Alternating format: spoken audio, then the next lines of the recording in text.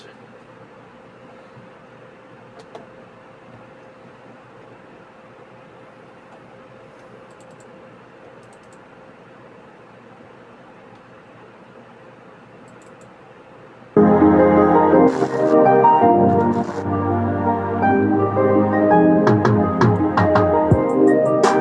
আপনারা শুনছেন radio Bikrampur ৯৯.২ FM। প্রাণের কথা মনে সুর, রেডিও বিক্রমপুর 99.2 FM।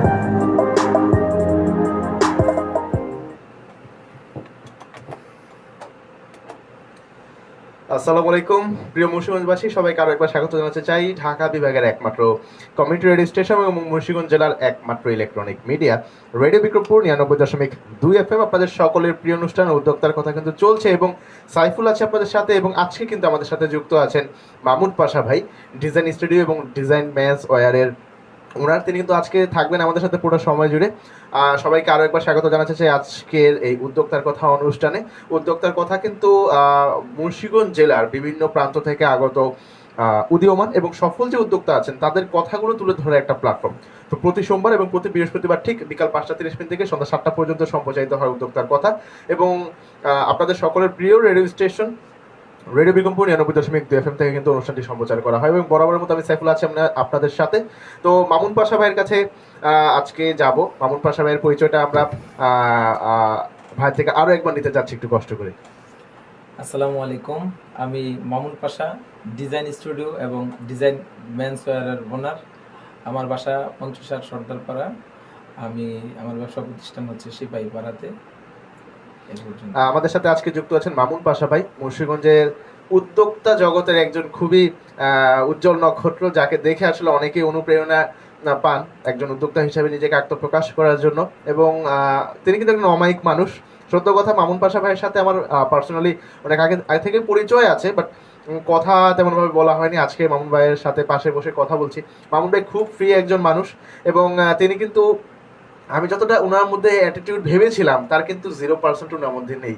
উনি এত বড় একজন মানুষ হয়েও কিন্তু তিনি কিন্তু একদম আমাদের মতো আমাদের সাথে মিশে যেতে পারেন। তো এই গুণটা আমার আসলে ভালো লেগেছে। এই উদ্যোক্তাগত অনুষ্ঠানে আমরা অনেক উদ্যোক্তাদের এনে আমরা তাদের কথাগুলো তুলে ধরেছি।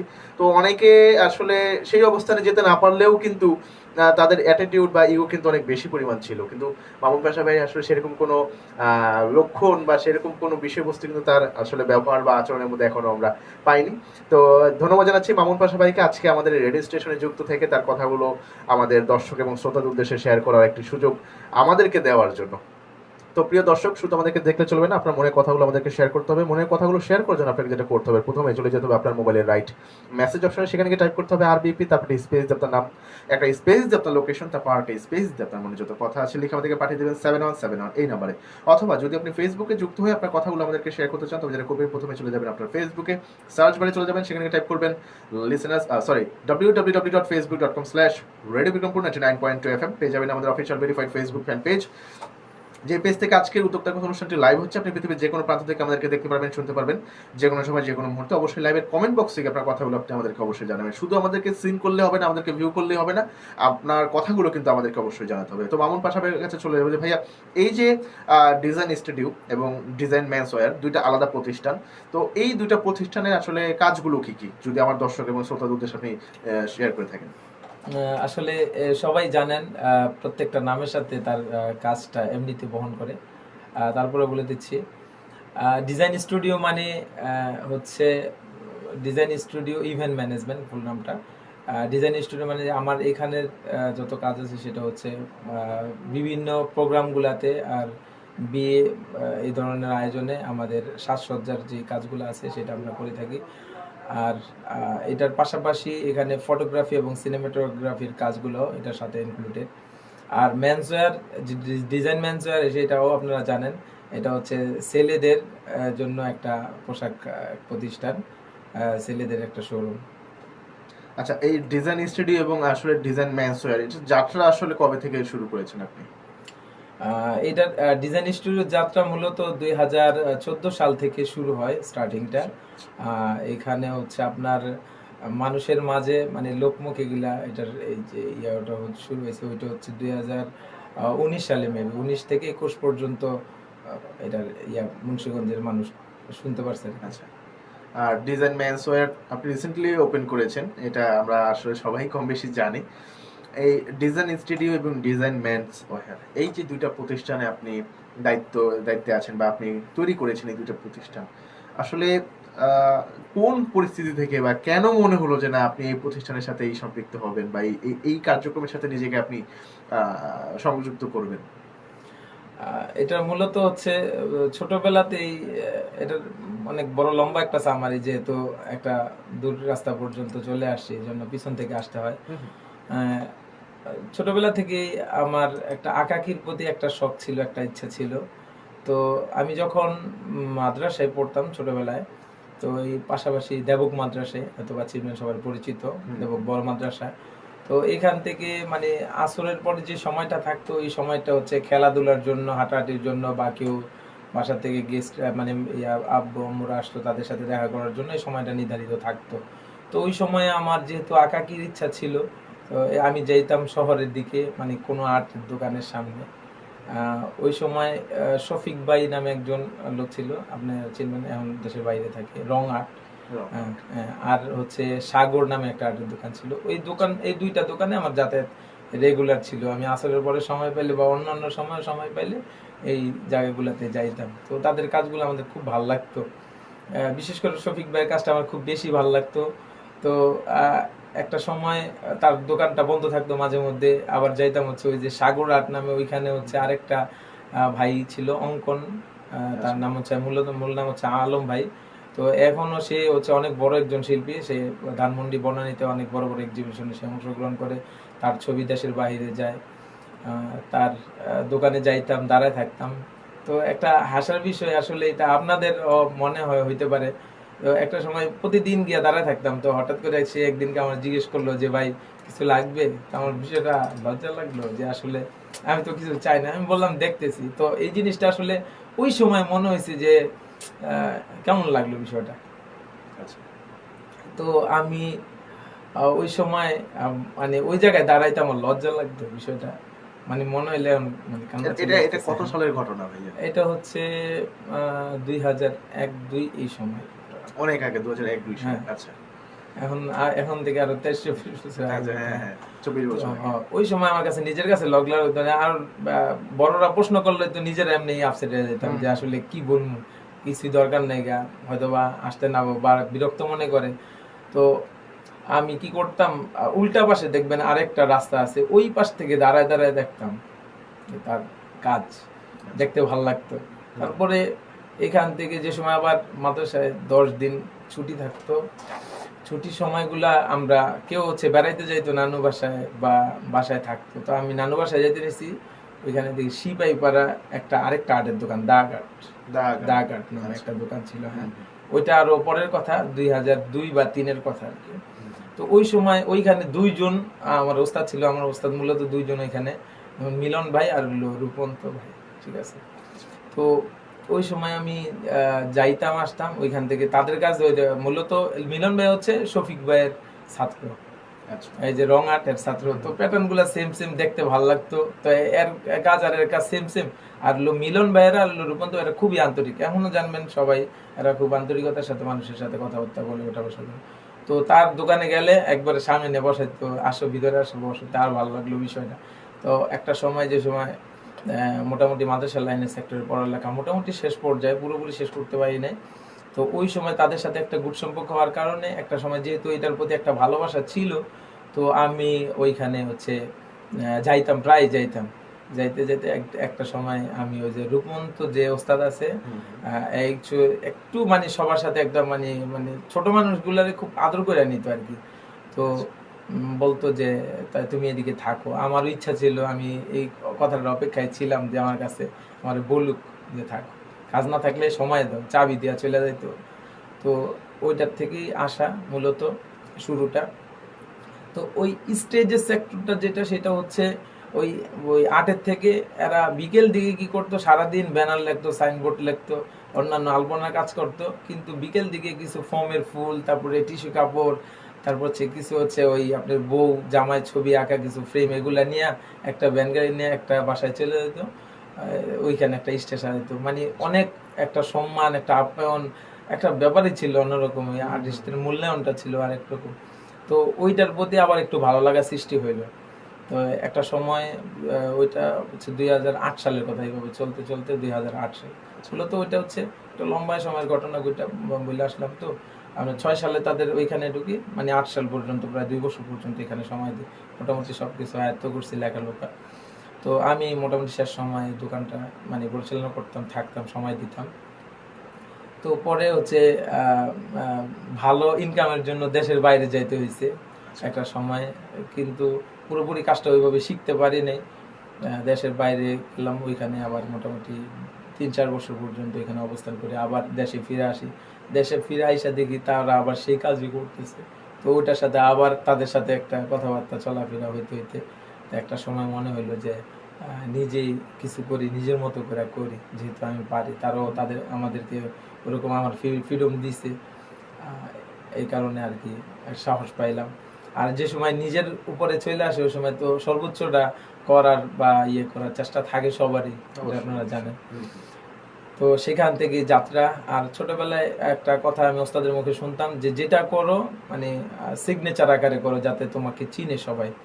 তো আমি একটা জিনিস চিন্তা করতাম যে মানুষ যদি তার লক্ষ্যে পৌঁছতে চায় তাহলে অক্লান্ত পরিশ্রম করলেই তার লক্ষ্যে পৌঁছতে পারে। তো চেষ্টাটা করতাম ওইভাবেই, যাতে আমার দিকে ফোকাসটা থাকে, আমি আমার মতো করে, আমি আমার স্টাইলে, আমি আমার স্ট্রাকচারগুলা, তারপর হচ্ছে আমাদের ডিজাইন আর এগুলা কালেকশনগুলা খুঁজা আনতাম। লম্বা সময় পরে একটা একটা ভাইয়ের সাথে পরিচয় হয়েছে, তার নাম হচ্ছে তাবরিজ ভাই, আপনারা সবাই চেনেন। হ্যাঁ, মুন্সিগঞ্জের এমন কোন মানুষ না ইয়াং জেনারেশনের ভিতরে তাকে না চেনে। তিনি কিন্তু আমাদের উদ্যোক্তার কথার দ্বিতীয় পর্বে কিন্তু তিনি আমাদের সাথে যুক্ত ছিলেন, তাবরিজ ভাই, অ্যালেক্স তাবরিজ ভাই। হ্যাঁ, তাবরিজ ভাই হচ্ছে আমার জীবনের আরেকটা অনুপ্রেরণা। আমার জীবনের সবচেয়ে যে বড় কাজটা হয়েছে তার রেফারেন্স হয়েছে, যদিও সেও একজন ইভেন্ট প্ল্যানার। আপনারা জানেন যে একজন ইভেন্ট প্ল্যানার আরেকজন, মানে একজন যে সেম কাজে কিন্তু আরেকজনের সেম সহযোগিতা করে না কেউ, কিন্তু তার মন মানসিকতা একটু ভিন্ন। সে হচ্ছে যদি ওই যে তার হচ্ছে একটা রেস্টুরেন্ট আছে বাইটস নামে, তারপর হন্টেড হাউস নামে, কিন্তু তাকেও যদি আপনি রেস্টুরেন্ট ব্যাপারে যদি আপনি জিজ্ঞেস করেন যে ভাই আমি একটা রেস্টুরেন্ট দেই, তার মানে সে হচ্ছে তাকে উত্তম মানে পরিকল্পনাটা বা সাজেশনটা সে অবশ্যই দিবে। এটা আমি দেখছি সব সময়, যে পাশাপাশিও যদি দেয় তার কোনো আপত্তি নাই। তার কথা হইলো যে রিজিক আল্লাহ থেকে আসে, কারো রিজিক কেউ কর্তন করতে পারে না, আল্লাহ তাআলা রিজিক দিবে, মানুষের তো অভাব নেই, করুক, সমস্যা কি।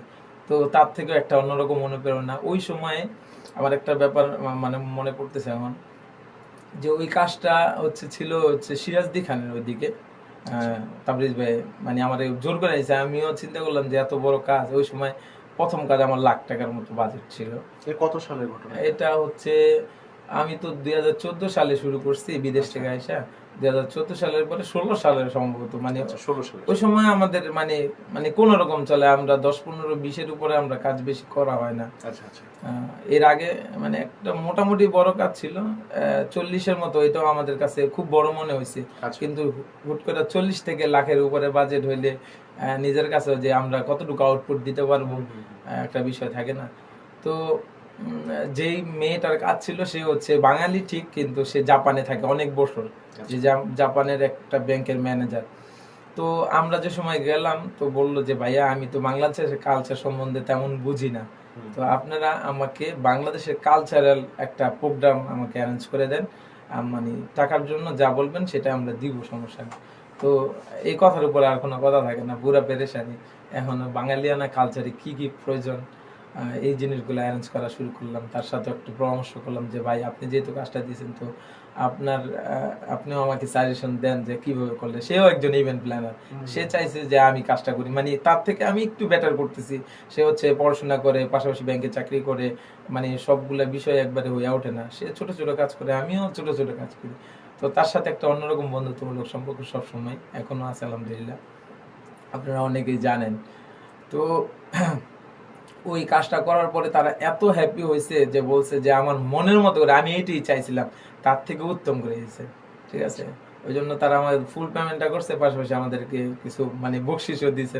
সেটা আমরা নিতে চাই নাই যে আমরা পেমেন্ট নিতে আসি, কিন্তু তারা আমাকে অনেক খুশি হয়েছে মানে কাজটা দেখে। তারপরে ওই ওই ফ্যামিলির যত প্রোগ্রাম আছে আমরা করি, পাশাপাশি তাদের রিলেটেড যত প্রোগ্রাম আছে আমরা করি। তো ওই সময় থেকে একটা সাহস মানে দিলে কাজগুলো যে আমরা তো পারি, উদ্যোক্তার গল্প শুরু এখান থেকে। তো আমরা তো পারি। এখন তো আর মানে যত বড় প্রোগ্রাম হোক টেনশন নেই, অন্তত লাখ টাকার মুন্সিগঞ্জে ওই সময় লাখ টাকার প্রোগ্রাম হওয়া মানে অনেক বড় কিছু। মানে পুরোপুরি সাহসটা আমার দিলে মানে আমরা চলে আসলো। এখন আমরা ক্রিয়েটিভ যে কাজগুলা ওগুলা আমরা করতে শুরু করছি, যে মুন্সিগঞ্জে করতে হবে ডিফারেন্ট, যে মুন্সিগঞ্জে সচরাচর যারা কইরা আসতেছে ওই জায়গায় বসে থাকতে হবে না, বসে থাকবো না, আমরা করবো হচ্ছে ডিফারেন্ট কিছু। এরপরে হচ্ছে অনেক মানুষ আমাকে সাপোর্ট দিছে, কত মানুষের নাম বলবো, অনেক মানুষ আমাকে সাপোর্ট দিছে আলহামদুলিল্লাহ। তো আমিও সবার সাথে ওইভাবেই আচরণ করি। আমার যে মানে একটা ডিমান্ড কখনোই ছিল না, থাকবো না আলহামদুলিল্লাহ। আমি যদি মানে কোটি কোটি টাকার মালিক হই, আমার আদর্শ ওই রকমই থাকবে, যেরকম আপনি প্রথম অবস্থায় 2002 সাল থেকে যেমন যারা চিনেন আর 2014 সাল থেকে যারা চিনেন, ওই তারা যেভাবে দেখছেন আমি ইনশাল্লাহ ওইভাবে আছি। তো এভাবে করতে করতে প্রত্যেকটা সপ্তাহ যেমন আমি একটা কাজ পাইলাম, যে আমি আমার একটা ড্রিম পূরণ করলাম, এমন চিন্তাধারা থাকে। আর মুন্সিগঞ্জের অনেকের ভালোবাসায়, ভাই বলেন বোন বলেন, অনেকের ভালোবাসায় ইনশাল্লাহ আস্তে আস্তে আমি মোটামুটি আগাচ্ছি। আর সবচাইতে বড় বেশি পপুলারিটি একটা সময় গিয়ে হয়েছে, যে সময় মুন্সিগঞ্জ তরুণ উদ্যোক্তা নামে একটা গ্রুপ ছিল। এখন একটা গ্রুপ আছে ওইটার রিলেটেড, কিন্তু ওইটা ছিল হচ্ছে একটা অনেক বড় বিগ প্ল্যাটফর্ম। তো ওই তরুণ উদ্যোক্তা গ্রুপে যখন আমি ঢুকি, তখন হচ্ছে মডারেটর হিসাবে আমাকে নেওয়া হয় ওই টাইমে। মানে আমাকে রিকোয়েস্ট করে যে ভাই আপনি আমাদের সাথে থাকেন, মানে সব দিকে আপনার সুবিধা, আমাদেরও ভালো যে আপনি আমাদের এখানে যদি থাকেন। তো তরুণ উদ্যোক্তা যাওয়ার পরই মানে আলহামদুলিল্লাহ অনেকের সাথে আমার মানে ইয়াং জেনারেশন যে বেসগুলো আছে সবার সাথে আমার একটা ভালো একটা কমিউনিকেশন তৈরি হয়েছে। নতুন নতুন অনেক মুখ চিনছি, আমাদেরকেও চিনে, বা আমার কাজের পপুলারিটিটা আরও বাড়ছে। তো ওইখান থেকেই আলহামদুলিল্লাহ এই পর্যন্ত আসছি। প্রত্যেকটা সময় প্রত্যেকটা মুহূর্তে আমার ড্রিম ছিল, স্বপ্ন ছিল যে আমি ভালো কিছু করব, মুন্সিগঞ্জের জন্য নতুন কিছু দিব। সেই চেষ্টা থেকে মুন্সিগঞ্জবাসীর সর্বোচ্চ ভালোবাসা নিয়ে আমি সব সময় আগে যাচ্ছি এই ডিজাইন স্টুডিওর প্রতিষ্ঠানটা নিয়ে। এখন হচ্ছে আবার আসে ডিজাইন ম্যানসের যেটা। আচ্ছা, ডিজাইন স্টুডিওর সম্পর্কে আমার দুইটা প্রশ্ন আছে আমার, না যারা শুনছেন তাদের মনে, যে 2014 সাল থেকে আপনারা যাত্রা শুরু করেছেন, ওই সময় কি আপনাদের কোনো নিজস্ব অফিস ছিল, নাকি আপনারা জাস্ট এভাবেই মানে নাম ছিল, আপনারা বিভিন্ন কাজগুলো হায়ার করতেন এরকম? এটা হচ্ছে আবার আরেকটা বিষয়, সেটা হচ্ছে আমি যে সময় বিদেশ থেকে আসি, তো আমার ওস্তাদ যে রূপন্ত ওস্তাদ, তার ছোট্ট একটা দোকান ছিল যেটা হচ্ছে আন্ডারগ্রাউন্ডে অবস্থিত, সেখানে আমি আসি পাশাপাশি দোকানে। এটা কোথায়? সিপাহীপাড়া? হ্যাঁ, সিপাহীপাড়া। মানে এখন যেখানে আছেন আপনি?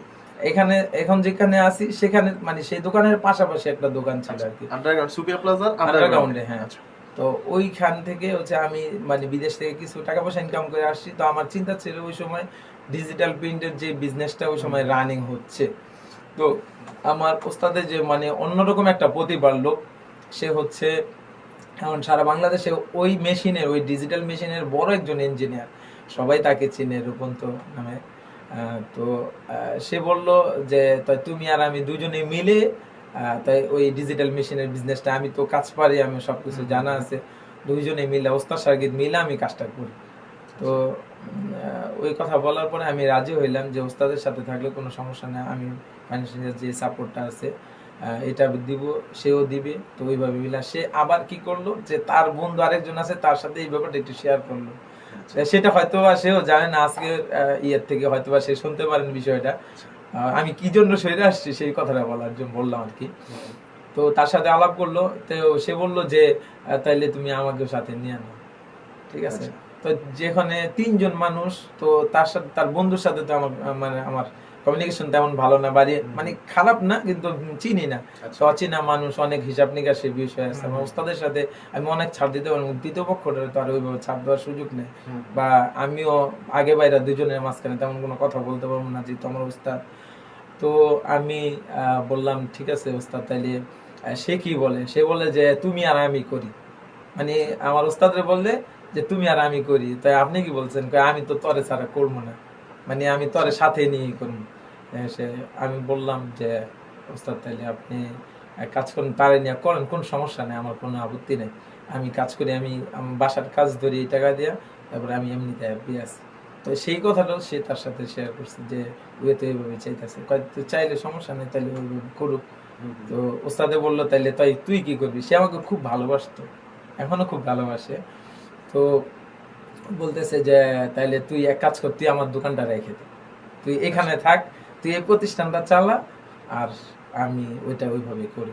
তো ঠিক আছে, আমি খুশি হলাম যে যেহেতু রানিং প্রতিষ্ঠান, আমি এই কাজগুলো জানি, বুঝি, আমি ম্যানেজমেন্ট করতে পারবো।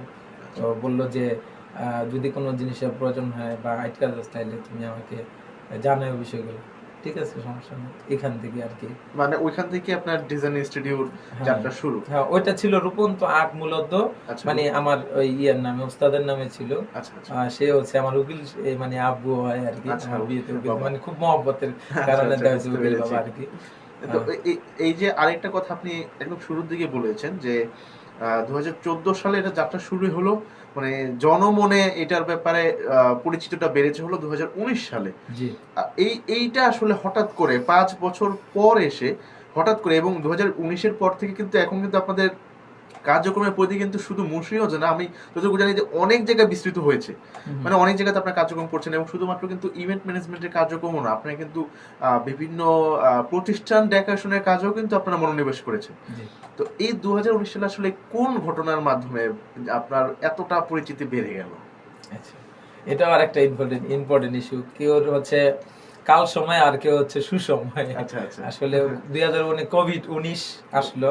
আচ্ছা, 19 সালে হচ্ছে যে সময় সবাই ঘরবন্দি, শুধু নেট তাদের একমাত্র, মানে সময় কাটানোর একমাত্র মাধ্যম, ঠিক না?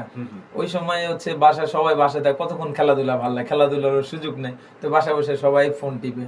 তো ওই সময় আমি কি করতাম, আমি আমার যে ডিজাইন স্টোরের যে ডিজাইনগুলো আছে, আমি 2টা ব্লক, মানে ব্লক বলতে হচ্ছে ককশিটের যে ইয়েগুলো আছে, ওগুলা হচ্ছে বাসায় এনে রাখছি। আমি মন ভরে ডিজাইন করে রাখবো যে যে সময় দেশের পরিস্থিতি ভালো হয় বা আমাদের এগুলা সময়টা কাইটা ওঠে, মানে খারাপ সময়টা কাইটা ওঠে, ওই সময় আমি কাজে লাগাবো, এরকম একটা চিন্তা ছিল। আজ এটা কতক্ষণ ভালো লাগবে। তো ওই সময় ফরম্যাট ডিজাইন করতাম বা ককশিট কাটাকাটি করতাম, ওগুলো সব আমি নেটে আপলোড করতাম, ইউটিউব, তারপর হচ্ছে ওই সময় টিকটকটা একরকম অ্যাভেলেবল ছিল না, কিন্তু ফেসবুকটা ছিল। ওই সময় ভালো রিচ পাইতাম। তারপরে হচ্ছে আপনার কিছু কিছু মানুষ আমার সাথে মানে কন্ট্যাক্ট করে রাখতো। আর যাই কোনো ছোট মোটো প্রোগ্রাম করতাম, ঘরোয়া ইভেন্ট করতাম, ওটার সাথে সাথে মানে মার্কেটের মানে ছড়া যেত আর কি। আচ্ছা, এখন মানে ওই সময় যে একটা মোটামুটি একটা পপুলারই ছিল বলা চলে, যে এই জিনিসগুলোর প্রতি মানুষের একটা অন্যরকম দুর্বলতা কাজ করতো, শৈল্পিক কাজ দেখতে অনেক ভালো লাগতো, তো সবাই সাপোর্ট করতো। আবার কেউ কেউ কন্ট্যাক্ট করে রাখতো যে ভাই এর ফাঁকে মাঝখান দিয়ে আমাকে একটু করে দেয়, আর ওইটা লাইভ করলেই মোটামুটি সবাই 8-10 হাজার ফলোয়ার, মানে ভিউজ হয়ে যেত, মানে সবাই দেখতো আর কি। তো আস্তে আস্তে একটা যে সময় 10,000 মানুষে দেখছে, ওইখান থেকে আরো 5টা ক্লায়েন্ট হয়ে গেছে, ওই ক্লায়েন্ট গুলাতে আবার কাজ দিত, কাজগুলা ভালো করতাম, পরে আবার মানে জ্যাক তৈরি হয়েছে আর কি, ওইভাবে ওইভাবে আসে আর কি। আচ্ছা, এই যে আহ, আপনার যেই ইয়েগুলো করতেন আপনি ইভেন্টের, আমরা অনেকে জানি যে 2020 সালের পর দিয়ে এসে কিন্তু এই যে ইভেন্ট ম্যানেজমেন্টের প্রতি মানুষ বেশি দুর্বল হয়েছে, যেটা ভাই বললেন। একটা সময় যখন ভাইয়ের যাত্রা শুরু হয়েছে 2014, তখন কিন্তু আসলে আমাদের গ্রাম্য এলাকাতে ইভেন্ট ম্যানেজমেন্টের এই বিষয়টা আসলে অতটা জনপ্রিয় ছিল না, অতটা পরিচিতিও ছিল না। আমরা ওই নর্মাল, আমার যতটুকু মনে আছে, আমরা নর্মাল বেলুন কিংবা ওই যে আপনার এটাকে কি বলে, আপনার বিভিন্ন যে মানে বিভিন্ন ফিতা টিতা এগুলো দিয়ে আমরা কিন্তু স্টেজটা সাজাতাম। এখন যেভাবে ডেকোরেশনটা করা হয়, এখন যেভাবে ক্যামেরা সেটআপ করা হয়, তখন কিন্তু এই ক্যামেরা ইউজ করা হতো না, তখন অন্য ক্যামেরা ইউজ করা হতো, যে ক্যামেরা এখন বর্তমানে একদমই চলবে না। তো ওই সময় থেকে 2020 সালের পরে কিন্তু মুন্সিগঞ্জে ইভেন্ট ম্যানেজমেন্টের বিজনেসটা কিন্তু বেশ জনপ্রিয় হয়েছে। এবং আমি যদি সিপাহীপাড়ার কথাই বলি, ভাইয়ের যে প্রতিষ্ঠানটা যেখানে অবস্থিত, সেখানে কিন্তু এখন অনেক ইভেন্ট ম্যানেজমেন্টের আপনার প্রতিষ্ঠান আছে ওইখানে। তো ভাইয়ের যে পার্থক্যটা সেটা হচ্ছে যে উনি প্রচুর পরিমাণ মার্কেটিং করেছেন, এটা প্রচুর পরিমাণ এটা আপনার প্রচারণা চালিয়েছেন। অনলাইনের মাধ্যমে, যাতে করে মানুষের কাছে খুব সহজে চলে গেছে। যেহেতু ওই সময়টাতে মানুষের সবার হাতে কম বেশি মোবাইল থাকতো, মানুষ সময় কাটানোর জন্য মোবাইলের প্রতি বেশি অ্যাট্রাক্টেড হয়ে গেছে, তখন তখন তিনি এই সুযোগটা কাজে লাগিয়ে তার যে প্রতিষ্ঠানের যে কার্যক্রম সেটা মানুষের কাছে আসলে তিনি পৌঁছে দিতে সক্ষম হয়েছেন। এবং অনলাইন বিজনেসটা কিন্তু বাংলাদেশের প্রেক্ষাপটে বলি, অনলাইন বিজনেসটাই কিন্তু মূলত 2020 সালে করোনার পরিস্থিতির পর দিয়েই কিন্তু বেশ জনপ্রিয় হয়েছে। এর আগে কিন্তু খুব কম সংখ্যক মানুষই কিন্তু অনলাইনে তাদের বিজনেসটা পরিচালনা করতেন। যেমন মুন্সিগঞ্জে বেশ আমি একজনের নাম যদি বলি, তার নাম আনাস ভাই, তিলক ভাই, যিনি একজন স্ট্রিট ফুড বিজনেসম্যান। তিনি কিন্তু 2012 সাল থেকে, 2011-12 সাল থেকে কিন্তু অনলাইনে বিজনেস করেন, যখন কিন্তু অনেকে অনলাইন ফেসবুক বা এইসব ব্যাপারে ধারণাই রাখেন না, তখন থেকে কিন্তু তিনি অনলাইনে বিজনেসটা শুরু করেন। তো এরকম অনলাইনের বিজনেসটা কিন্তু 2020 সালের পর থেকেই আপনার বেশি জনপ্রিয় হয়েছে। এবং অনলাইন বিজনেসের মূল মোটোটাই হচ্ছে যে প্রচুর পরিমাণ মার্কেটিং থাকতে হবে, প্রচুর পরিমাণ মার্কেটিং। আপনারা দেখবেন বর্তমানে কিন্তু কেক বিক্রির একটা ধুম পড়ে গেছে। যে কেক ছিল একটা অকেশন পালন করার একটা একটা উপাদান, সেইটা কিন্তু বর্তমানে বাংলাদেশে একটা বড় বিজনেস হয়ে দাঁড়িয়েছে। এমনও ঢাকা শহরে এমনও রাস্তা দেখা যায় যে পুরো রাস্তা সারি ভরে মানে আপনার কেক বিক্রি হচ্ছে। যে খাবারটা ছিল একটা বিশেষ অনুষ্ঠানের বিশেষ একটা খাবার, সেটাকে এখন স্ট্রিট ফুড আকারে নিয়ে যাওয়া হয়েছে। কেন? মার্কেটিংটা এত পরিমাণ করা হয়ে গেছে, এটা একদম স্ট্রিট ফুড লেভেলে চলে আসছে। এবং মানুষ আগে কেক খেতে শুধুমাত্র বার্থডে উপলক্ষে, এখন মন ছিল সে এইভাবেই কেক কিনে খেতে পারে। তো পাশা ভাইয়ের ডিজাইন স্টুডিওর বিষয়টাই আমরা অনেকক্ষণ যাবত শুনলাম, কারণ পাশা ভাইয়ের আসলে আমি পাশা ভাই বলি ওনাকে, ব্যক্তিগতভাবে ওনার সাথে আমার কথা কম হলো, আমরা যখন অন্য কারোর সাথে কথা বলবো যখন পাশা ভাই হিসেবে তাকে সম্বোধন করি আমরা। তো পাশা ভাই ডিজাইন স্টুডিওর মাধ্যমে কিন্তু তার পরবর্তীতে তার যাত্রাটা আরও মসৃণ হয়েছে। তো এই মুহূর্তে আমি আসলে ভাইয়ের কাছে যাবো যে এই যে ডিজাইন স্টুডিওর পাশাপাশি আপনি রিসেন্টলি ডিজাইন ম্যানস ওয়্যার নামে যে প্রতিষ্ঠানটি আপনি ওন করছেন বা ওপেন করেছেন, এইটা আসলে কেন আপনার মনে হচ্ছে আমি এই বিজনেস আমার যাওয়া উচিত, বা আমার মনে হয় আমি গেলে আমি ভালো কিছু করতে পারবো? এটা হচ্ছে মূলত আমরা যেই ফ্রেন্ড সার্কেলের সাথে একসাথে আমরা চলাফেরা করি, সবাই সবার মতো করে বিভিন্ন জায়গায় মানে মোটামুটি সেটেল। তো ডিজাইন স্টুডিও এই একটা প্রতিষ্ঠান যে আমি তো মোটামুটি কিছু কিছু সময় ওলামা ইকরামের সাথে উঠা বসা চলাফেরা করি, কারণ হচ্ছে নবীর আদর্শে চলার চেষ্টা করি আর কি। তো সেই হিসাবে যখন কোনো বড় আলেম যে জিজ্ঞেস করে যে তুমি কি করো, আমি বলি যে ইভেন্ট ম্যানেজমেন্টের কাজ করি। এটা আবার কি? এই সাজসজ্জা। তো ওই সময় না কি বললো, একজনে বললো যে ও বুঝছি, বেলুন ঠেলুন মানে পটকাবাট কি। তো বিষয়টা আমার কাছে কেমন লাগলো যে তারকে মানে সুন্দরভাবে পরিচয় মানে দিতে পারলাম না বিষয়টার, মানে ব্যবসায়িক প্রতিষ্ঠানটা যদিও ভালো, সুন্দরভাবে পরিচয়টা দিতে পারলাম না। আরেকটা বিষয় হচ্ছে মানে এটা হচ্ছে একটা ইস্যু যে আমি নিজের কিভাবে প্রেজেন্টেশন করতে হবে আর কি দিব। আরেকটা মানে আরো দুইটা ইস্যু আছে, সেটা হচ্ছে মানুষের বিক্রমপুরের মানুষ এমনি আভিজাত্য পোশাক পরতে পছন্দ করে। তাদেরকে যদি আমরা ভালো কিছু দিতে পারি, সুন্দর কিছু দিতে পারি, মানে নিজেকে সুন্দরভাবে জাহির করতে পারবে। ঢাকা নারায়ণগঞ্জ কষ্ট করে যায়, বিভিন্ন জায়গায় খুঁজে বের করে আনে। তো ওইটাও একটা হইতে পারে যে আমি যদি খুঁজে ঘাইটা এগুলো নিয়ে আসতে পারি, তো এখান থেকে সহজে সবকিছু পাইতেছে। আমার একটা বিজনেস একটা মানে থিম ছিল। আরেকটা বিষয় হচ্ছে মানে ওই সবাই সবার মতো স্টাবলিশড, যে যেমন ধরেন হচ্ছে তাবরিজ ভাই, সে হচ্ছে বাইট সন্টেড এগুলা নিয়ে। তারপর হচ্ছে আরো যারা আছে, যেমন সাকির নামে একটা ফ্রেন্ড আছে, সে হচ্ছে ওয়েস্টার্ন ফ্যাশন নিয়ে কাজ করতেছে। তারপরে হচ্ছে আরো আরফিন, তারপর হচ্ছে সজীব, তারপর হচ্ছে সাজিদ, ওরও কেউ রেস্টুরেন্ট, কেউ হচ্ছে গরু ফার্ম, তারপর হচ্ছে কেউ হচ্ছে অন্যান্য ক্যাটাগরিতে বিজনেস করতেছে, পাশাপাশি বিজনেস। তো আমার এই ডিজাইন স্টুডিও ইভেন্ট ম্যানেজমেন্ট বিজনেসটা হচ্ছে যে সিজনেবল বিজনেস। এটা হচ্ছে শীতের সময়ে এইটার একটা ধুমধাম থাকে। এছাড়া হচ্ছে যেমন বৃষ্টির সময়, যেমন আষাঢ় মাস, অন্যান্য মাসে এটার এরকম প্রবণতা থাকে না। ওই সময় আমরা মোটামুটি আমরা যেহেতু পপুলার, এই জন্য আমাদের টুকটাক কাজ থাকে, কিন্তু ওই সব সদস্যের আমরা সবসময় কাজটা দিতে পারি না। আরও মানে আমাদের যে স্টাফগুলো আছে সবাই একযোগে সব মানে পুরো মাসটা কাজ করতে পারে না। তো তাদেরও একটা কর্মসংস্থানের ব্যবস্থা করা উচিত। তো যেই জিনিসটার প্রতি আমার ভালো অভিজ্ঞতা আছে, যেটা আমি ভালোভাবে জানি, তো সেটা নিয়ে কাজ করলে ভালো হয়। তো এইভাবে করতে করতে একটা সময় হচ্ছে মানে আমি এটার একটা স্বপ্ন দেখতেছি আর কি। তো ওরকম ভালো অপরচুনিটি পাইতেছি না। ভালো একটা দোকান লাগবে, মানে শোরুম করার মতো একটা জায়গা লাগবে। তারপর হচ্ছে মানে একটা অ্যামাউন্ট, বড় মাপের একটা অ্যামাউন্টের দরকার, যেহেতু ভালো ভালো ড্রেসের কালেকশন এখানে রাখতে হবে, একটা ডেকোরেশনের ব্যাপার আছে।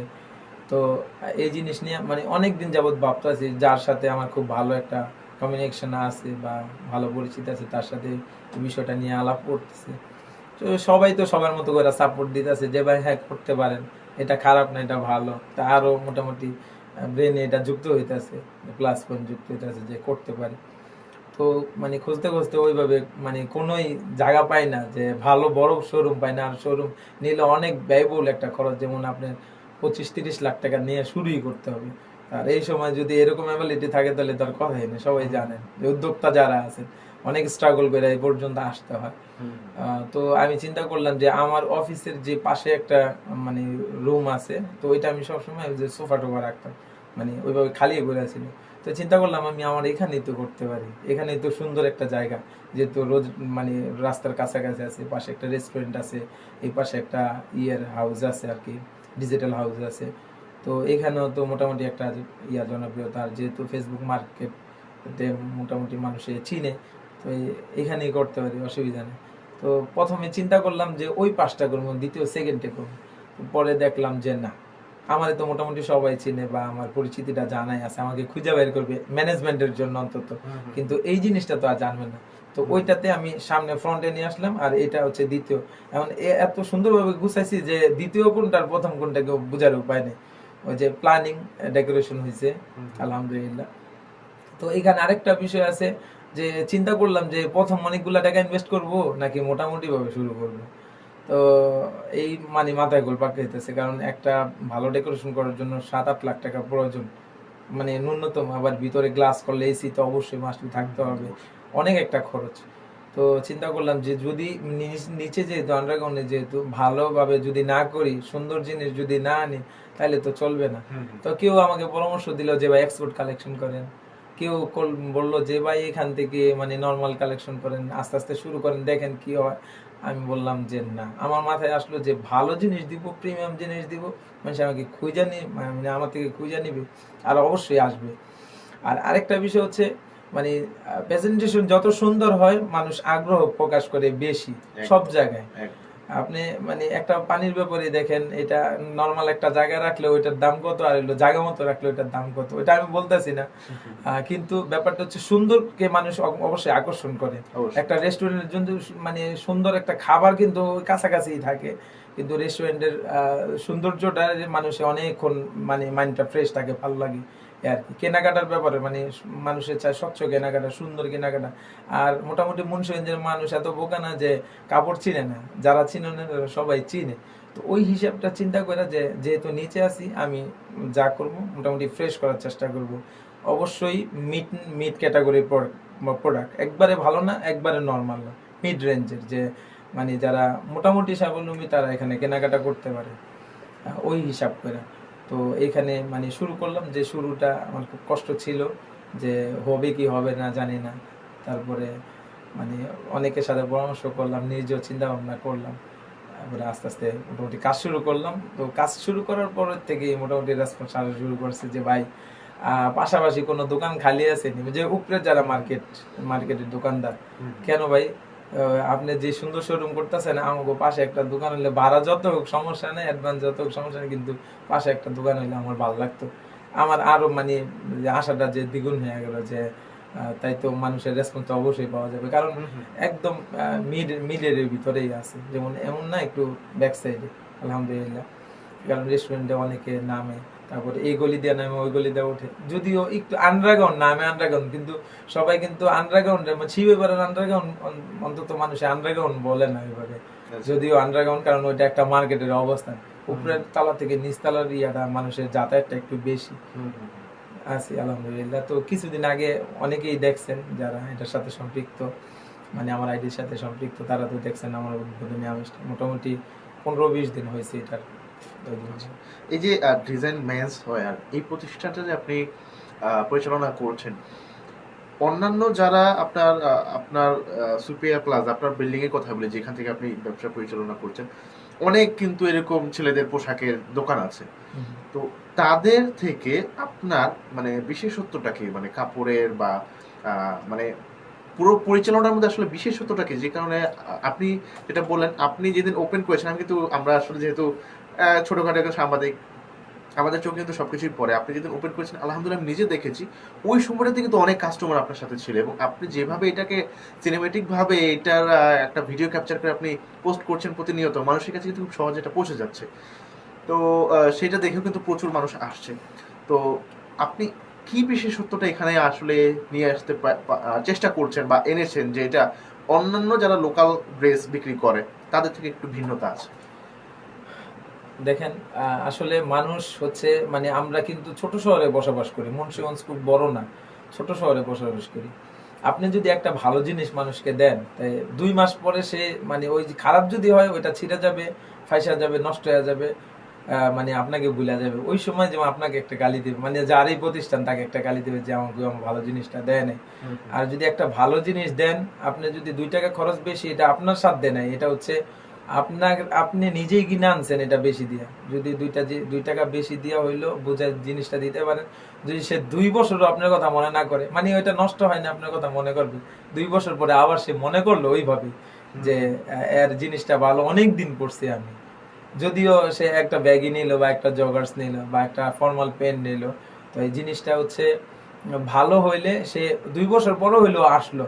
তো যেই গ্রাহক আছে মুন্সিগঞ্জে, যদি আমি একদিনে একবার করে বিক্রি করি, সারা জীবনে যদি মনে করেন সে সারা জীবন ঘুরে আসতে আসতে মোটামুটি আমার মানে বিজনেস মানে ফুরে যাওয়ার সম্ভাবনা থাকতে পারে, কিন্তু মানে বেচা শেষ হইব না, ব্যাপারটা হলো এরকম।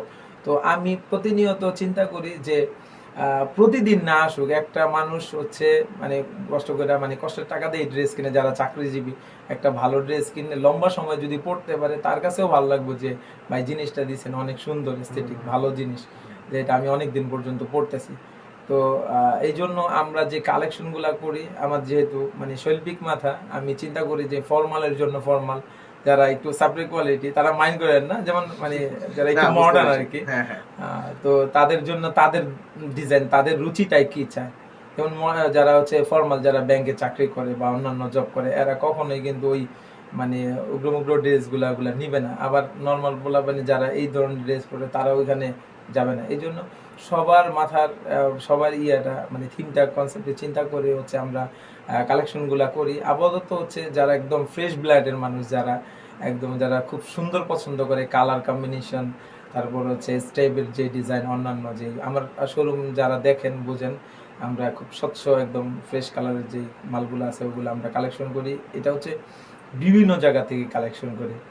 আমরা কয় জায়গার নাম বলবো, যেমন মিরপুরের জায়গা হচ্ছে বিভিন্ন এমন এমন কিছু জায়গা আছে যে তারা খুব চিন্তা ভাবনা করে ড্রেসগুলো তৈরি করে, তাদের থেকে কম্বিনেশন করে, তারপরে তাদের সাথে কথাবার্তা বলে আমরা বাছাই করে, যে তারা যেটা পছন্দ, যেটা বলে দিছে ওইটাই না, আমরা ওইখান থেকে আবার বাছাই দিই, মানে তাদের মালে তাদের কিউসি করি আর কি। আচ্ছা। ওইভাবে মানে নিয়ে আসি। আর আপনার আমার একটা প্রশ্ন অনেকক্ষণ যাবত আপনাকে করার জন্য আমার মনের ভিতরে আসলে ঘুরপাক খাচ্ছে যে আমাদের এই উদ্যোক্তার কথা অনুষ্ঠানে কিন্তু এমন অনেকে আছেন, যারা অনেকে এসেছেন যারা মেয়েদের ড্রেস আপ নিয়ে কাজ করেন। তো মেয়েদের ড্রেস আপের ক্ষেত্রে আমি এই প্রশ্নটা সবসময় করি যে আসলে আপনারা ড্রেস সিলেক্ট করার ক্ষেত্রে কোন কোন বিষয়গুলো সিলেক্ট করেন? মানে উনি একজন ক্রেতা হিসেবে, যে একটা আপু বা একটা মেয়ে যখন কোন একটা দোকানে যায় তখন সে কোন কোন বিষয়গুলো খেয়াল করে কাপড়ের। তো ছেলেদের ক্ষেত্রে কিন্তু এরকমটা আসলে খুব কম। যেমন আপনি মেন্স ওয়্যারের যে প্রতিষ্ঠানগুলো এগুলো কিন্তু খুবই কম। হ্যাঁ, লোকাল অনেক আছে, বাট শোরুম আকারের এবং খুব হাইফাই ভাবে করা কিন্তু খুবই কম আছে। তো আমার একটা খুব আগ্রহ, আমি যদিও একদম ফর্মাল ভাবে সবসময় চলার চেষ্টা করি, আমি একদম নর্মাল ড্রেস আমি পরি এবং ড্রেস কেনার ক্ষেত্রে আসলে আমি ওই আমার যেটা চোখে পছন্দ আমি ওইটুকুই নিই। এখন এটা কালার কি বা ডিজাইন কেমন এইটা আমি আসলে ইয়ে করি না। তো আপনার কাছে একটা প্রশ্ন হলো যে ছেলেরা একটা পোশাক যখন সিলেক্ট করে যে না এটা কিনবে বা চয়েস করে, তখন কোন কোন বিষয়গুলো আসলে তারা মানে লক্ষ্য করে বেশি? মেয়েদের মতো কি তারা কি ওই ডিজাইনটা দেখে কিনা যে এই ডিজাইনটা অন্য কারো আছে কিনা, নাকি কালার কম্বিনেশনটা দেখে, না কাপড়ের মান দেখে, কোনটা দেখে আসলে ছেলেরা কাপড়গুলো সিলেক্ট করে? যারা হচ্ছে দেশের বাহির থেকে আসে, তারা খুব ভালো ভালো আভিজাত্য ড্রেসগুলা পরে, কথা বলছেন। তারা হচ্ছে সব সময় ওই দেশের মানে ডিজাইনের খুব সুন্দর সুন্দর ড্রেসগুলা পরে, তারা হচ্ছে কাপড়ের মানগুলা বোঝে। ওই বিদেশি যারা ক্লায়েন্ট আসে, তারা হচ্ছে অবশ্যই কাপড়ের মানটা একটু খেয়াল করে, তারা হচ্ছে ডিজাইন মিজাইন ছাপা টাপা এগুলো হচ্ছে তারা কাপড়টারে আগে দেখে হাত দিয়ে যে কাপড়টা কেমন, কাপড়টা টেকসই কিনা। তো ওইটা ওইভাবে দেখে দেখে অভ্যস্ত। তো বাংলাদেশের যে মানে আপনার লোকাল যে কাপড়টা আর বিদেশির বাহিরের যে চায়না বা ইন্ডিয়ান যে ভালো ফেব্রিক্স গুলা ওগুলা দেখলে আর ধরলে ওটা শাইনটাই আলাদা। তো ওই জিনিসটা ফলো করে। আর দেশের ভিতরে যারা আছে এরা এই জিনিসগুলা খেয়াল করতে পারে না, এরা হচ্ছে সৌন্দর্যের দিকে আর কি নজরটা দেয় বেশি। যেমন যারা ফর্মাল ড্রেস পরে তারা হচ্ছে নিয়মিত হচ্ছে আপনার মানে মানানসই যে আমার কোন ড্রেসটা আমাকে মানাইলো, মানে তারা ট্রায়াল দেয়। যারা ফর্মাল পড়তে অভ্যস্ত তারা হচ্ছে ট্রায়াল দেয়, ট্রায়াল দিয়ে দেখে যে আমাকে মানাইছে কিনা, যে আমারে মানে অফিসে বসলে বা যেখানে চাকরি করি ওইখানে বসলে আমাকে দেখতে কেমন দেখা যাবে। নিজের জন্য না, মানুষের জন্য প্রেজেন্টেশন উপস্থাপনটা করে মানুষে কেমন দেখাবে, আমাকে কেমন লাগতেছে। যদি কেউ বলে ভালো, ভালো লাগতেছে বাস ওকে নিয়ে নিল। আরেকটা জেনারেশন আছে সে তারা হচ্ছে মানে মানামানির বিষয় না, ড্রপ শোল্ডার এদিকে পরে রইলো, একটা ফ্যাশন, এটা ফ্যাশন হিসাবে দেখে তারা, এটা মানে একটু ব্যতিক্রম হইলো, মানে মানুষের কাছে ভালো লাগলে লাগুক না লাগুক আমার কাছে লেগেছে। হ্যাঁ বাস ওই হইলো, এদিকটা সাইডে বুতাম থাকলো আর পাশে ছিঁড়া থাকলো সমস্যা নেই, মানে একটা হইলো, মানে নিজের কাছে কমফোর্ট হইলে হয়ে গেল শেষ। কে কি বললো নাই, ওই যে মানে আগের ব্যাপারটা দেখেন না কখনো, মানে চুল কাটলে এই মানে ক্রস মরস দিয়া চুল কাটতো, মানে সারাদিন মানুষের গালি যাচ্ছে কোনো সমস্যা নেই, আমার ভালো লাগতেছে। মানে মানুষের গালিটাও আমার কাছে একটা আনন্দের বিষয়, যে ওই হইছে ব্যাপারটা বুঝে নেই তো বিষয়টা, আমাকে নিয়ে কথা বলতেছে সে। আমার নিয়ে কথা বলতেছে। তো ড্রেসের এই তিনটা ক্যাটাগরি। আচ্ছা, আপনার অনেকক্ষণ যাবতই আমরা আসলে ব্যবসায়িক বিষয় নিয়ে আলোচনা করছি, আমাদের হাতে সময় খুব অল্প আছে। তো এই মধ্যে আসলে আপনার ব্যক্তিগত জীবনে কিছু জানতে চাচ্ছি যে ভাইয়া, আপনি মুন্সিগঞ্জে একজন স্থায়ী বাসিন্দা, আপনি সরদারপাড়া এলাকাতে থাকেন এবং আপনি বলেছিলেন যে আপনি দেশের বাইরে ছিলেন। তো দেশের বাইরে থেকে আসলে বাংলাদেশে কেন আসলে আমরা স্বল্প বয়সে, যে দেশের বাইরে থেকে আপনি কেন দেশে চলে আসলেন এবং কেন একটা উন্নত, হয়তো আপনি দেশের বাইরে থাকলে প্রবাসে থাকলে একটা উন্নত জীবন আপনি নিশ্চিত করতে পারতেন, সেটা রেখে এখানে একটা অনিশ্চয়তার মধ্যে আপনি দেশে চলে আসলেন এবং তার পরবর্তীতে এই ব্যবসা কার্যক্রমের সাথে আপনি যুক্ত হলেন। মূলত যারা হচ্ছে একটা জীবন নিয়ে একটা প্ল্যান করে, তাদের চিন্তাধারা মানে একটা একটা জায়গায় যদি সাকসেস হইলো না হইলে মানে ওই জায়গায় এই বিষয়টা ব্রেক করে দেয়। তো আমার বিষয়টা এমনই ছিল যে আমি বিদেশে যদি থাকি, আমি যতই টাকা কামাই একটা নির্দিষ্ট সময় পর্যন্ত সেখানে হচ্ছে অবস্থান করব। বিদেশিরা যারা আছে এটা ব্যাপারটা মাইন্ড করেন না, কারণ হচ্ছে মানে লাইফ একটাই, আর হলো সীমাবদ্ধ লাইফ, সর্বোচ্চ 70 থেকে 75 বছর, এরপরে আর সুযোগ নাই। যদিও সুযোগ থাকে, ঘরে সুযোগ আছে, কিন্তু মানে অডিয়েন্সের মাঝে থেকে কাজ টাজ করে ওইভাবে সুযোগ নাই। মানে কাজের সময়টা অল্প, স্টাডির একটা সময় আছে, জীবন উপভোগ করার মতো একটা সময় থাকে, আবার হচ্ছে চাকরি জীবন একটা সময় থাকে। তো আপনি যদি তিনটেই আপনি চান তাহলে আপনার লাইফ লাইনটারে খুব সুন্দরভাবে সাজাইতে হবে নির্দিষ্ট একটা সময়তে। তো আমি যে সময় পড়াশোনা মোটামুটি শেষ পর্যায়ে, তো আমি দেশের বাইরে গেলাম। আমার চিন্তা ছিল যে একটাই যাত্রা থাকবে, যদি সাইন করতে পারি করব, আর না করলে দেশে গিয়ে বিয়ে শাদীর ব্যাপার আছে, তারপর হচ্ছে ফ্যামিলিদের সাথে সময় দেওয়ার ব্যাপার আছে। একটা জিনিস হচ্ছে কিছু কিছু মানুষ হচ্ছে জীবন মানে ফ্যামিলিকে ভালো রাখার জন্য 50 থেকে 55 60 পর্যন্ত হচ্ছে সে বিদেশ সময় দেয়। তারপর নির্বিশেষে যতক্ষণ পর্যন্ত সে অসুস্থতা না হয়েছে, মানে দুর্বল না হয়েছে, ততক্ষণ পর্যন্ত সে মানে টাকাই কামাইতে থাকে, মানে ওইভাবে চিন্তা করে না। আসলে আমি বলবো যে বিষয়টা এরকম না হওয়া উচিত, যে ওই দেশেও কাজ করতেছেন, দেশেও কাজ করতেছেন, মানে আপনি আবার অন্যভাবে অনুপ্রাণিত হবেন না। মানে আমার আমার যারা আছেন কথায় একটা মানে সুন্দরভাবে জীবনটারে মানে উদযাপন করা আর কি। তো আমি চিন্তা করলাম যে আমি দেশে যদি যাই তা একবারে যাব, যাই যা করি আলহামদুলিল্লাহ, আল্লাহ তো না খাওয়াই রাখবে না, যেটাই করি করব। তো মানে খুব অল্প সময়, 4 বছর সময় ছিল, আর 4 বছর পরে আমি চলে আসছি আইসা। হয়তো আপনি এসে আসলে মুন্সিগঞ্জ ইভেন্ট ম্যানেজমেন্টের বিজনেসকে একটা অন্যরকম পর্যায়ে নিয়ে গেছেন এবং নতুন আরেকটা প্রতিষ্ঠানের মাধ্যমে কিন্তু আসলে ছেলেদের পছন্দের জামা কাপড় পাওয়ার একটা জায়গা আপনি তৈরি করেছেন, যেখানে এসে একটা ছেলে, আপনি বলে 3 ক্যাটাগরি মানুষ থাকে, 3 ক্যাটাগরি মানুষ একই ছাদের নিচ থেকে একই জায়গা থেকে তার পছন্দের মতো ড্রেসগুলো নিয়ে থাকে। ভাই, আমরা অনেকক্ষণ যাবত আপনার ব্যবসায়িক আসলে যাত্রার কথাগুলো শুনলাম। তো আমরা অনুষ্ঠানের প্রায় একদম শেষের দিকে চলে এসেছি। এই মুহূর্তে আপনাকে যে বিষয়টা জানতে যাচ্ছে আপনার থেকে, এই যে আপনার দুইটা প্রতিষ্ঠান আছে, ডিজাইন স্টুডিও এবং ডিজাইন মেন্স ওয়্যার, এই দুটো প্রতিষ্ঠানে আসলে আপনি ভবিষ্যতে আসলে আপনি কতটুকু নিয়োজিত বা ভবিষ্যতে এদের অবস্থাটা আপনি আসলে কোন জায়গায় দেখতে চান? আসলে সবার আশাটা তো অনেক বড়ই থাকে, কারণ আমরা বিভিন্ন বড় বড় কোম্পানির লোগো গুলা দেখি, আমাদের কাছে ঈর্ষা লাগে যে এটা এমন কি হইতে পারবে, একটা একটা ড্রিম, একটা স্বপ্ন থাকে, কিন্তু অনেকের স্বপ্নটা বাস্তবায়ন হয়, অনেকের হয় না। হয়তোবা তারাও জানতো না তাদের ইয়েটা এত দূর চলে যাবে, এত উপর পর্যন্ত চলে আসবে, তারা নিজেরাও জানতো না। যেমন আপনার কি আইফোনের প্রতিষ্ঠাতা যে আছে, সে হচ্ছে নাম এই মতো মনে আসতেছে না, যে সে হচ্ছে ক্যান্সারে মৃত্যুবরণ করছে, সে নিজেও জানে না তার প্রতিষ্ঠানটা কত উপরে চলে আসছে। তো এরকম আরো অনেকে আছে, তারা দুনিয়াতে নাই, যেমন আকিস গ্রুপ অফ ইন্ডাস্ট্রিজের মালিক, সে নিজেও জানে না তার অবস্থানটা কোন পর্যন্ত চলে আসছে আর কি। তো তাদের থেকে যেহেতু অনুপ্রেরণা আর উদ্যোক্তার গল্প সবসময় শুনি, পড়ি, দেখি, তো আমাদের প্ল্যান, চিন্তা ভাবনা যে বিশ্বকে ওইভাবে দেখাবো, দেশের বাইরেও যাতে আমাদের একটা আউটলেট থাকে, এরকম চিন্তা তো সবারই আছে। তো আল্লাহ তাআলা কতটুকু আমাদের আশাকে পূর্ণ করে। তারপরে সন্তান দিয়ে আশা আছে যে এই বিজনেসটা দাঁড়া করলাম, তারা আমাদের ড্রিমটা পূর্ণ করবে, ওরকম একটা চিন্তা। ইনশাল্লাহ আপনার জন্য অনেক অনেক দোয়া এবং ভালোবাসা রইলো, আপনার প্রতিষ্ঠানের জন্য আপনার শুভকামনা রইলো। ভাই, আমরা অনুষ্ঠানে একদম শেষ মুহূর্তে চলে এসেছি। সর্বশেষ আপনার থেকে যে বিষয়টা জানতে চাচ্ছি, বা সবাই আমরা শোনার আগ্রহ নিয়ে বসে আছি, এই যে মুন্সিগঞ্জে উদীয়মান অনেক উদ্যোক্তা আছেন, উদীয়মান বলতে যারা কাজ করছেন, চেষ্টা করে যাচ্ছেন, তাদের সফলতা 100%। যেমন আপনি আজকে যে কোনো একটা কাজে আপনি যদি মনোনিবেশ করেন, মানুষ চোখ বন্ধ করে আপনাকে বিশ্বাস করতে পারে যে না, ডিজাইন স্টুডিওর কাছে আমি যেহেতু রেতটা দিয়েছি, আমার কোনো চিন্তা নেই, কাজটা হয়ে যাবে।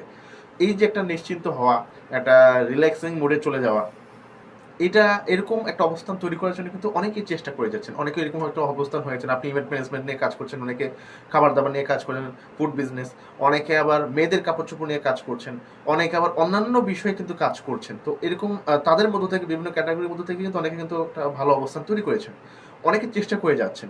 তো যারা চেষ্টা করে যাচ্ছেন তাদের উদ্দেশ্যে, এবং যারা অনেকেই আছেন যে আপনাদের থেকে এখন দেখছে, যেমন আজকে অনেকেই লাইভটা দেখছে, হয়তো এরকম অনেকেই অনুপ্রেরণা নিচ্ছে আপনার থেকে যে পরবর্তীতে এরকম বিজনেসে সম্পৃক্ত হবে। তো তাদের উদ্দেশ্যে আপনি একজন সফল উদ্যোক্তা হিসেবে তাদের উদ্দেশ্যে আপনি আসলে কি বলতে চাচ্ছেন? আসলে উদ্যোক্তা অনেকে হইতে চায়, কিন্তু হওয়ার সুযোগ থাকে না। এটার কারণ হচ্ছে, আমি যে সময় আমি বেকার থাকি, আমার কোনো কাজ থাকে না, ওই সময় চিন্তা করি যে আমি এটা করব। তো যে সময় আপনার করতে শুরু করে, ওই সময় তো অনেক বাধা, অনেক বিপত্তি আসে। হয়তো বা মেয়েদের ক্ষেত্রে ফ্যামিলি ইস্যু থাকে, হাজব্যান্ড ইস্যু থাকে, শ্বশুরবাড়ি ইস্যু থাকে, ছেলেদের ক্ষেত্রে টাকা থাকে না, বা ওরকম কোনো অপরচুনিটি থাকে না, কেউ সাহস দিচ্ছে না, এরকম থাকে।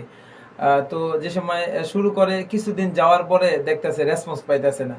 ধরেন ঘরোয়া একটা বিজনেস চালু করলো, ওইরকম ভাবে লাইভ করতে পারতেছে না, বা মানুষের কাছে জিনিসটা পৌঁছাইতে পারতেছে না, ব্যর্থ হয়ে যায়। যে চিন্তা করে আমার ভিডিওটা কেউ দেখে না, আমি কার কাছে বেচবো, নিজের রান্না করে নিজের খাবার নিজেই খাইতে হয়, এরকম হয় অনেকের। হ্যাঁ, হয়।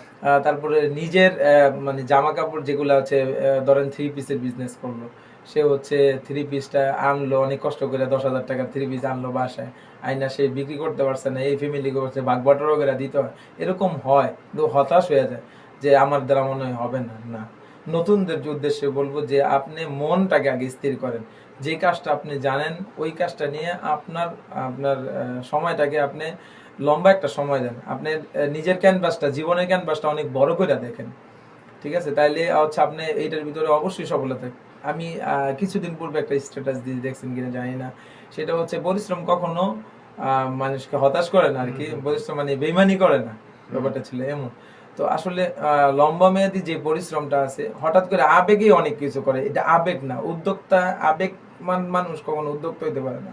উদ্যোক্তা একটা হার্ড পরিশ্রমের বিষয়, একটা লম্বা পরিশ্রমের বিষয়। আজকে আপনি কেউ দেখতে পারতেছে না, আপনি শ্রম দিতেছেন, আপনার শ্রম ঠিকই আপনাকে দেখতেছে, আর আল্লাহ তাআলা দেখতেছে।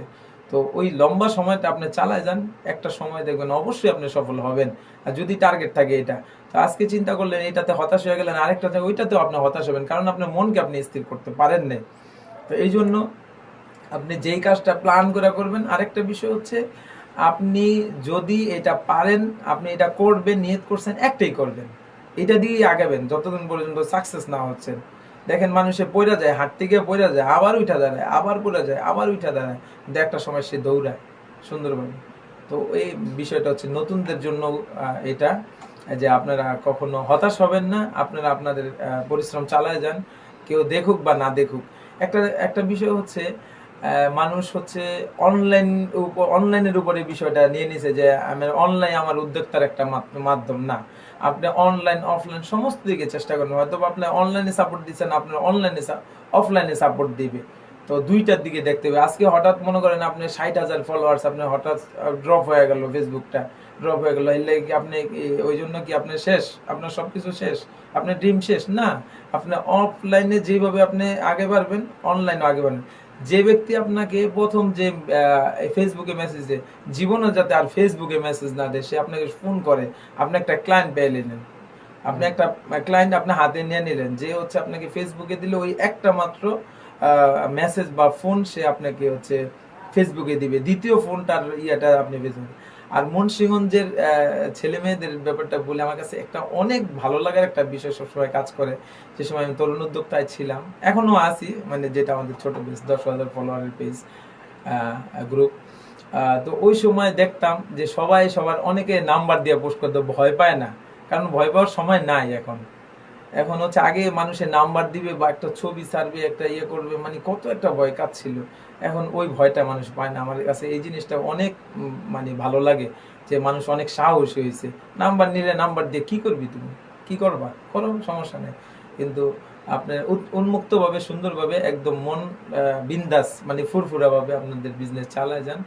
আর যারা হচ্ছে পুরান যারা উদ্যোক্তা, তারাও আপনারা আরো 10 জন যাতে আপনাদের এখানে চাকরিতে ইনভলভ করতে পারেন বা আরো শ্রমিক বাড়াইতে পারেন, ওই জন্য চেষ্টা চালায় যান। আর কখনো কাউরে মানে ঠকানোর চিন্তা করবেন না। কারণ হচ্ছে উদ্যোক্তারা যখন তাদের ক্লায়েন্টদেরকে, তারপরে হচ্ছে তাদের স্টাফদেরকে ঠকায়, আস্তে আস্তে ওইটা ছোট হয়ে যায়। তো এই জন্য মনকে উদার রাখতে হবে, আল্লাহ তাআলা আপনার খাজানা খুলে আপনাকে দিতে থাকবে। অনেক ধন্যবাদ জানাচ্ছি মামুন পাশা ভাইকে। অনেকে কিন্তু ওদের মনের কথাগুলো বলেছেন, একদম শেষ মুহূর্তে তাদের কথাগুলো নিতে চাই। আয়েশা শেখ আছেন আমাদের সাথে। ডিজাইন স্টুডিও মানেই তো নতুন কিছু, ইয়েস। ডিজাইন স্টুডিও মানেই হচ্ছে নতুন কিছু। শাহেদ ইকবাল অয়ন আছেন আমাদের সাথে। উস্তাদ, আপনার জন্য শুভকামনা, আপনাকে শুভকামনা জানিয়েছেন, আপনার একজন ভক্ত। এমডি মহিউদ্দিন আছেন আমাদের সাথে, নারায়ণগঞ্জ থেকে শুনছি, শুভকামনা রইল রেডিও বিক্রমপুর। ধন্যবাদ জানাচ্ছি ভাই আমাদের সাথে নারায়ণগঞ্জ থেকে যুক্ত হওয়ার জন্য। দেখতে পাচ্ছি এইচ এম হাসান সাদি আছেন আমাদের সাথে। Welcome to radio Bikrampur 99.2 FM। মাশাআল্লাহ, সুন্দর পাশা ভাই। আচ্ছা, আপনাকে কমপ্লিমেন্ট করেছেন। আমাদের সাথে যুক্ত আছেন শাহাদাত হোসেন সীমান্ত আছেন আমাদের সাথে। আসসালামু আলাইকুম। ওয়ালাইকুম আসসালাম। বিগ ফ্যান মামুন পাশা ভাইয়া। আচ্ছা, আপনার খুব একজন ভক্ত। সীমান্ত ভাই আসলে দেশের বাইরে আছেন, আমি ব্যক্তিগতভাবে চিনি ওনাকে। তিনি আপনার জন্য শুভকামনা জানিয়েছেন। আচ্ছা, দেখতে পাচ্ছি যুক্ত হচ্ছেন শাহাদাত হোসেন সীমান্ত ভাই। দুইজন ফেভারিট মানুষ একসাথে। থ্যাংক ইউ ভাই, আমাদের সাথে আপনি যুক্ত হয়েছেন, এটা দেখেও আসলে খুব বেশি পরিমাণ ভালো লাগছে। দেখতে পাচ্ছি এইচ এম হাসান সাদি ভাই আছেন মুন্সিগঞ্জ সদর থেকে দেখছি। Design studio plus design match হওয়ার মানেই নতুন কিছু, শুভকামনা রইল ভাই, আপনার জন্য শুভকামনা জানিয়েছেন। আচ্ছা, নীরব আহমেদ আছেন আমাদের সাথে, বস। আচ্ছা, আপনাকে আপনার অনেক ভক্তরাই কিন্তু যুক্ত হয়েছেন। আসলে একদম শেষ মুহূর্তে আসলে মানে অন্য অনেকের কথাগুলো নিতে পারছি না, এজন্য আন্তরিকভাবে দুঃখিত। পাশা ভাই, আজকে রেডিও বিক্রমপুর এবং রেডিও বিক্রমপুরের যারা দর্শক এবং শ্রোতা আছেন তাদের উদ্দেশ্যে আপনার শেষ সমাপনী বক্তব্যটি যদি আপনি দিতেন। থ্যাংক ইউ রেডিও বিক্রমপুরকে এরকম সুন্দর সুন্দর আয়োজন করার জন্য, উদ্যোক্তাদেরকে কাছে নিয়ে আসার জন্য, তাদের কথা শোনার, জাতির কাছে শোনার সুযোগ করার জন্য। কারণ অনেকের কথা শুনে অনুপ্রাণিত হয়। তো সবসময় আপনারা রেডিও বিক্রমপুরের সাথে থাকবেন আর উদ্যোক্তার কথাগুলো শুনবেন, তাদের থেকে অনুপ্রাণিত হবেন। প্রিয় দর্শক, প্রিয় শ্রোতা, শুনছিলেন ঢাকা বিভাগের একমাত্র কমিউনিটি রেডিও স্টেশন এবং মুন্সিগঞ্জ জেলার একমাত্র electronic media radio Bikrampur 99.2 FM এর প্রতি সোমবার এবং বৃহস্পতিবার ঠিক বিকাল 5:30 নিয়মিত আয়োজন উদ্যোক্তার কথা, এবং যথারীতি কিন্তু আপনাদের সাথে যুক্ত ছিলাম আমি সাইফুল বিন বাড়ি। ঠিক বিকাল 5:30 থেকে কিন্তু আমরা ছিলাম। টেকনিক্যাল কারণ হয়তো কিছুটা সময় আমরা বিচ্ছিন্ন ছিলাম। যারা আমাদের সাথে একদম শুরু থেকে শেষ পর্যন্ত যুক্ত ছিলেন সবাইকে জানাচ্ছি অসংখ্য ধন্যবাদ। রেডিও বিক্রমপুর 99.2 FM প্রত্যেক দিন বিকাল 4টা থেকে রাত 10টা পর্যন্ত বিভিন্ন রকম আয়োজন সম্প্রচার করে থাকে, শুধুমাত্র আপনাদেরকে এন্টারটেইন করার জন্য, শুধুমাত্র আপনাদেরকে বিভিন্ন তথ্যমূলক সংবাদ প্রচার করার জন্য। অবশ্যই রেডিও বিক্রমপুরের সাথে থাকবেন এবং রেডিও বিক্রমপুরের অন্যান্য যে প্রোগ্রামগুলো আছে সেগুলো অবশ্যই শুনবেন। আগামী বৃহস্পতিবার ঠিক বিকাল 5:30 বাজে উদ্যোক্তার কথার এই সপ্তাহে দ্বিতীয় পর্ব নিয়ে কিন্তু আমি চলে আসবো। ততক্ষণ পর্যন্ত ভালো থাকবেন, সুস্থ থাকবেন। মামুন পাশা ভাইকে আরও একবার ধন্যবাদ জানাতে চাই। তার মূল্যবান সময় ব্যয় করে আমাদের এই আজকের স্টুডিওতে উপস্থিত হয়ে তার জীবনযাত্রার এবং তার উদ্যোক্তা জীবনের কথাগুলো শেয়ার করার জন্য আপনাকে অসংখ্য ধন্যবাদ মামুন ভাই। আর দর্শকদেরও অসংখ্য অসংখ্য ধন্যবাদ জানাচ্ছি আমাদের সাথে যুক্ত থাকার জন্য। কথা আর বাড়াবো না, সবাই ভালো থাকবেন, সুস্থ থাকবেন এবং সবসময় সুস্থ থাকবেন। ঢাকা বিভাগের একমাত্র কমিউনিটি রেডিও স্টেশন এবং মুন্সিগঞ্জ জেলার একমাত্র ইলেকট্রনিক মিডিয়া মনের কথা প্রাণের সুর রেডিও বিক্রমপুর 99.2 FM। আল্লাহ হাফেজ, আসসালামু আলাইকুম।